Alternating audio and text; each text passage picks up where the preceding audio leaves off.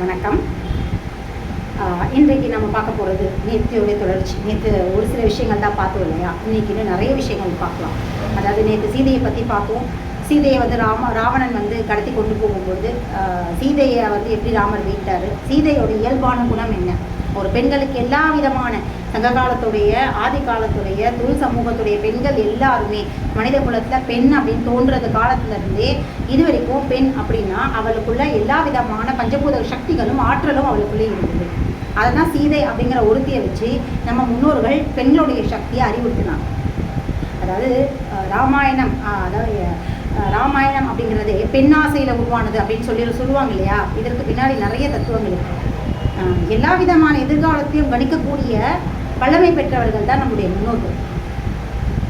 இன்றைக்கு இந்த மறைநூல்கள் வச்சுக்கிட்டு, இந்த பைபிளாக இருக்கட்டும், குரானாக இருக்கட்டும், இல்லை இந்த பகவத்கீதையெல்லாம் வச்சுக்கிட்டு, இதெல்லாம் பிற்பாடு எழுதப்பட்டது, மனிதர்களால் எழுதப்பட்டது, அவங்களுடைய சௌகரியத்துக்காக எழுதப்பட்டது. அது எல்லாத்துக்கும் பின்னாடியும் ஆங்கிலேயருடைய ஆதிக்கம் இருந்தது, அவங்களுடைய கைவரிசை இருந்தது. அவங்க கைவரிசையில் தான் இதெல்லாம் பொய்யா எழுதி வைக்கப்பட்டது. ஒவ்வொரு நாட்டிலையும் ஒவ்வொரு மதம், அதாவது சமயத்துலேருந்து மதங்கள் கன்வெர்ட் ஆனதுக்கப்புறம் அந்த மதவாதிகளை வச்சு அதுக்கு பின்னாடி இந்த ஆங்கிலேயருடைய கைவரிசையில் எழுதப்பட்டது தான் இந்த மறைநூல்கள்லாம். ஸோ இது எல்லாத்தையும் எழுதி வச்சு என்ன எழுதி வச்சுருக்காங்க? கிருமிகள்னால நோய் வரும் அப்படின்னு பைபிள் சொல்லி, இன்னும் இந்தந்த இப்படி மழை பெய்யும், அதிகமாக மழை பெய்ஞ்சு வெள்ளத்தில் மூழ்கும் அப்படின்னும் எழுதியிருக்கிறதா பஞ்சாங்கமும் சொல்லுது, பைபிளையும் சொல்கிறாங்க. இந்த மாதிரி விஷயங்களை எழுதி வச்சு இன்னும் கொலை நடக்கும், பெண்களுக்கு பெண்களுடைய கற்பு சூறையாடப்படும், இந்த மாதிரி ஏகப்பட்ட விஷயங்களை இதெல்லாம் எழுதி வச்சுட்டு அதாவது செயற்கையாக எழுதிட்டு அதை நிகழ்த்தி காட்டுறாங்க. இன்னைக்கு இதுதான் உண்மை. இது எங்கேருந்து கற்றுக்கிட்டாங்க? இந்த போலித்தனமான விஷயம் எங்கேருந்து கற்றுக்கிட்டாங்க? ஏன் இப்படி செய்யணும்? சரி, அது எப்படி 2000 வருஷம் கழிச்சு இது சாத்தியப்படுத்துகிறாங்க? அப்போ அதுக்கு முன்னாடி இருந்த முன்னோர்கள் எப்படி இதை சாத்தியப்படுத்தினாங்க? அது எப்படி இவங்களுக்கெல்லாம் யார் சொல்லி இதை இன்றைக்கும் நடைமுறைப்படுத்திக்கிட்டு இருக்காங்க? இது ஏகப்பட்ட கேள்விகள், கான்ட்ரவர்சிஸ் நமக்குள்ளே வருமா இல்லையா? நான் சொன்ன விஷயம், ஏன்னா நான் சொல்கிற டாபிக் எல்லாருக்குமே பலவிதமான சந்தேகத்தில் கிரியேட் பண்ணும், நிச்சயமாக கிரியேட் பண்ணும், இல்லாமல் இருக்கவே இருக்காது. ஏன்னா அப்படியான ஒரு விஷயம். இதெல்லாம் யோசிக்க கூட முடியலையே மேடம், நீங்கள் என்ன இதெல்லாம் நடந்ததாக சொல்கிறீங்களே அப்படின்னா, இது எல்லாத்துக்கும் பின்னாடியும் நம்ம முன்னோர்களுடைய மெய்யறிவு தான் இருக்குது. எங்கேருந்து கற்றுக்கிட்டாங்க? நம்ம முன்னோர்கள்கிட்ட கற்றுக்கிட்டாங்க. அதாவது பிளான் போடுறதுலேருந்து எல்லா விதமான விஷயங்களையும் கற்றுக்கிட்டது நம்ம முன்னோர்கள்கிட்ட. அவங்கக்கிட்ட இருக்கிற மெய்யறிவை பார்த்துட்டு எதிர்காலத்தை கணிக்கக்கூடிய நிகழ்காலத்தை பார்க்கும்பொழுது இது எல்லாமே அக்குபஞ்சரில் நாங்களே செய்கிறோமே. நீங்கள் முன்னோர்கள்கிட்ட ஏன் போகிறீங்க? அவங்களாம் எங்களை மாதிரி 1000 லட்சம் மடங்கு உயர்ந்தவர்கள், மேன்மக்கள், மெய்யறிவு பெற்றவர்கள். நாங்களே எங்கள் அக்குபஞ்சர் ட்ரீட்மெண்ட்டை தொடர்ந்து செய்யும் பொழுதே, ஒரு பேஷண்ட் உட்காரும் பொழுதே அவருடைய எல்லா விதமான கேரக்டரையும் எங்களால் அனலைஸ் பண்ணிட முடியும். அவங்களோட தலையிலேருந்து பாதை வரைக்கும் அவங்களுடைய உடம்புல இருக்கிற எல்லா தொந்தரவுகளையும் எங்களால் கணிச்சிட முடியும். அவங்க சொல்ல எந்தெந்த உறுப்புகள் எதனால் பாதிக்கப்பட்டிருக்கு, எந்த மாதிரியான வாழ்வியல் தவறுகள் அவங்க நிகழ்த்திட்டு இருக்காங்க இத்தனை வருஷங்கள்ன்றதை ரொம்ப ஈஸியாக சொல்லிட முடியும். அவங்களுடைய உடலுடைய இருக்கிற அறிகுறிகள், அவங்க தோல் மாறுபாடு, அவங்க முகத்தில் இருக்கிற விஷயங்கள், கண்கள், வாய், பேச்சு, நாக்கு, தோலுடைய மாறுபாடு, முகத்துலேயும் உடம்பும் முகத்துக்கும் இருக்கிற கலர் டிஃப்ரென்ஸ், இப்படி எல்லாத்தையும் பார்த்தே இவங்களுடைய நோய் பிரச்சனை என்னன்றதை எங்களால் அனலைஸ் பண்ண முடியும்.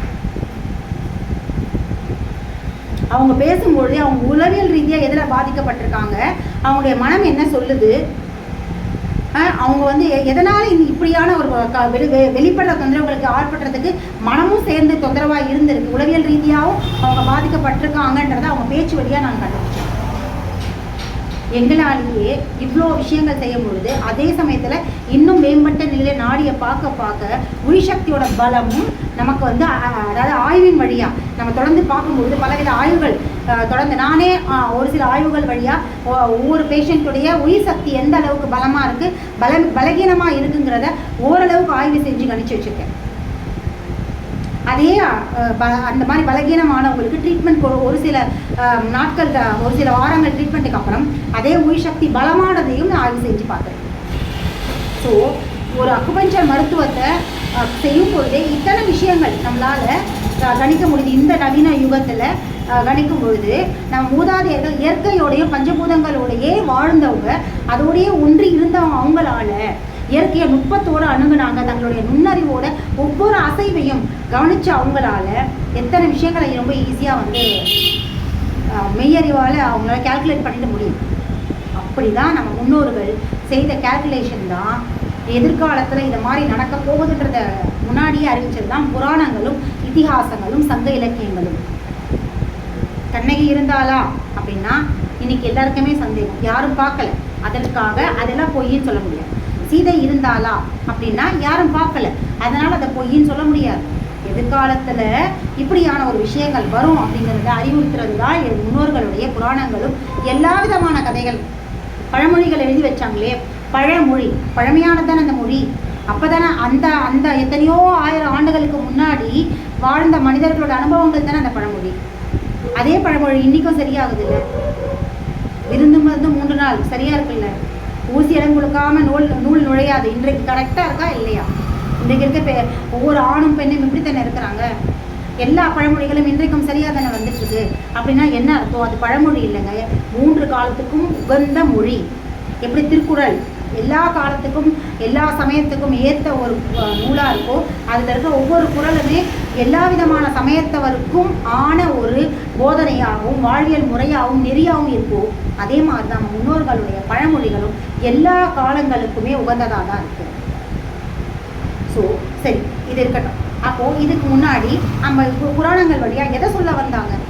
இன்னைக்கு இந்த எதிர்காலம் இப்படி ஒரு இக்கட்டான சூழ்நிலைக்கு வரும். பெண் ஆசை அப்படிங்கிற ஒன்று மனிதர்களை ஆட்டி படைக்கும். அதன் வழியாக நிறைய இழப்புகள் நிகழும்.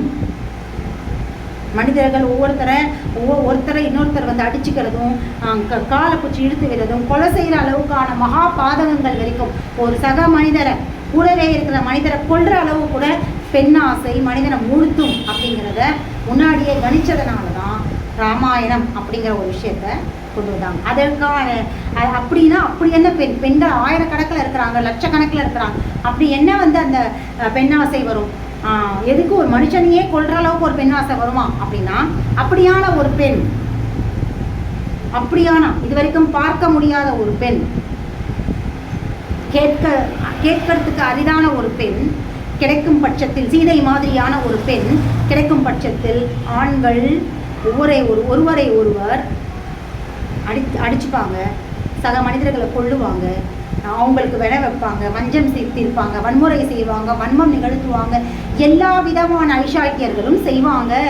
இது நடக்கும்ன்றது தான் முன்னாடியே சொன்னாங்க.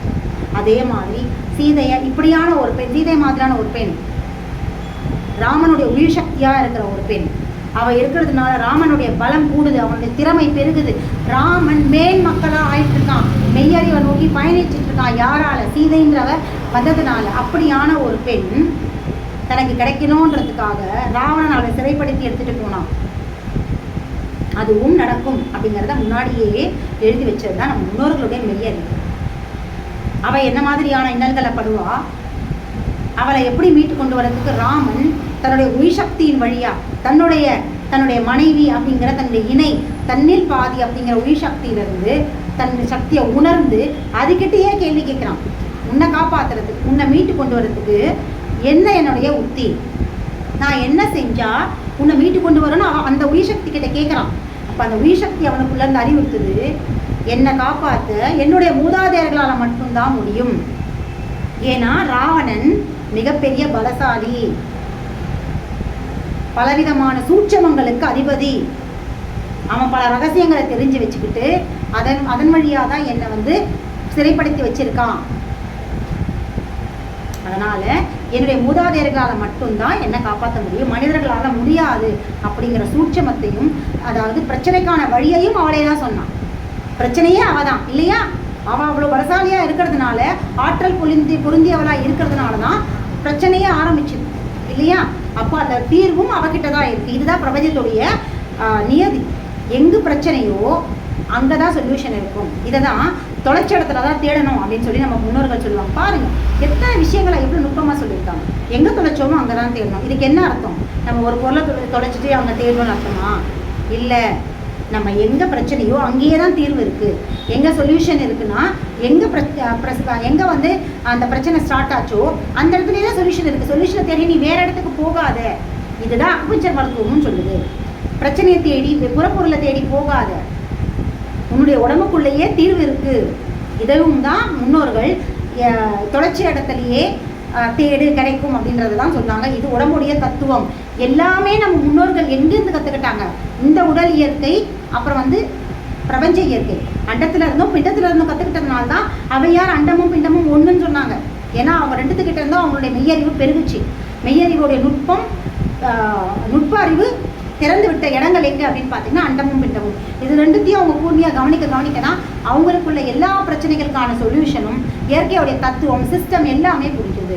அப்படி இந்த உடலை கவனிக்கும் போது தான் பிரச்சனையை தேடி, அதாவது சொல்யூஷனை தேடி உடம்புடைய தொந்தரவுகளுக்கான தீர்வு வெளியில இல்லை, இதற்குள்ளேயே தான் இருக்குது. தீர்வை உள்ள தேடு அப்படிங்கிறது தான், நமக்குள்ள தேடு அப்படிங்கிறது தான் இந்த தத்துவமாக எந்த பொருளை தொலைச்சோமோ அந்த இடத்துல தேடினா தான் கிடைக்கும் அப்படிங்கிற ஒரு நம்ம முன்னோர்களுடைய மொழி இருக்குது, பழமொழி இருக்குது.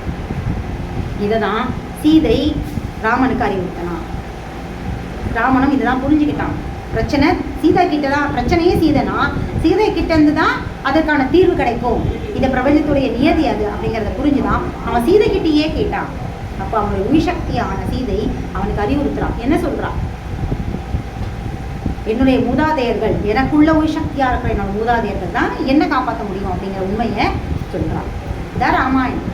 அதுக்கப்புறம் தான் ராமன் தன்னுடைய படையோ இல்லை வேறு நாட்டவர் கூட ரிலேஷன்ஷிப் வச்சுட்டு, ஏன் அங்கே விலங்கின சுக்ரீவன் கூடையும் அனுமார் கூடையும் வாலி கூடையும் போய் அவன் ஃப்ரெண்ட்ஷிப் வச்சுக்கிட்டான். அவன் நினச்சிருந்தா இதே ஃப்ரெண்ட்ஷிப்பை வேறு அண்டை நாட்டவர் கூட வச்சிருந்து அதன் வழியாக பெரிய பெரிய ஆயுதங்கள் வச்சிருக்கிற படைகள் இருக்கிற ராஜாக்களோடையே சேர்ந்து போய் ராவணன் அட்டாக் பண்ணியிருக்கலாம் இல்லையா? அங்கே போலியாவே காட்டுக்கு போனார். காட்டில் தான் மிருகங்கள் இருக்கும். ஏன் காட்டு வழி பாதையை தேர்ந்தெடுத்து போனார்? ஏன் பாலம் அமைச்சார்?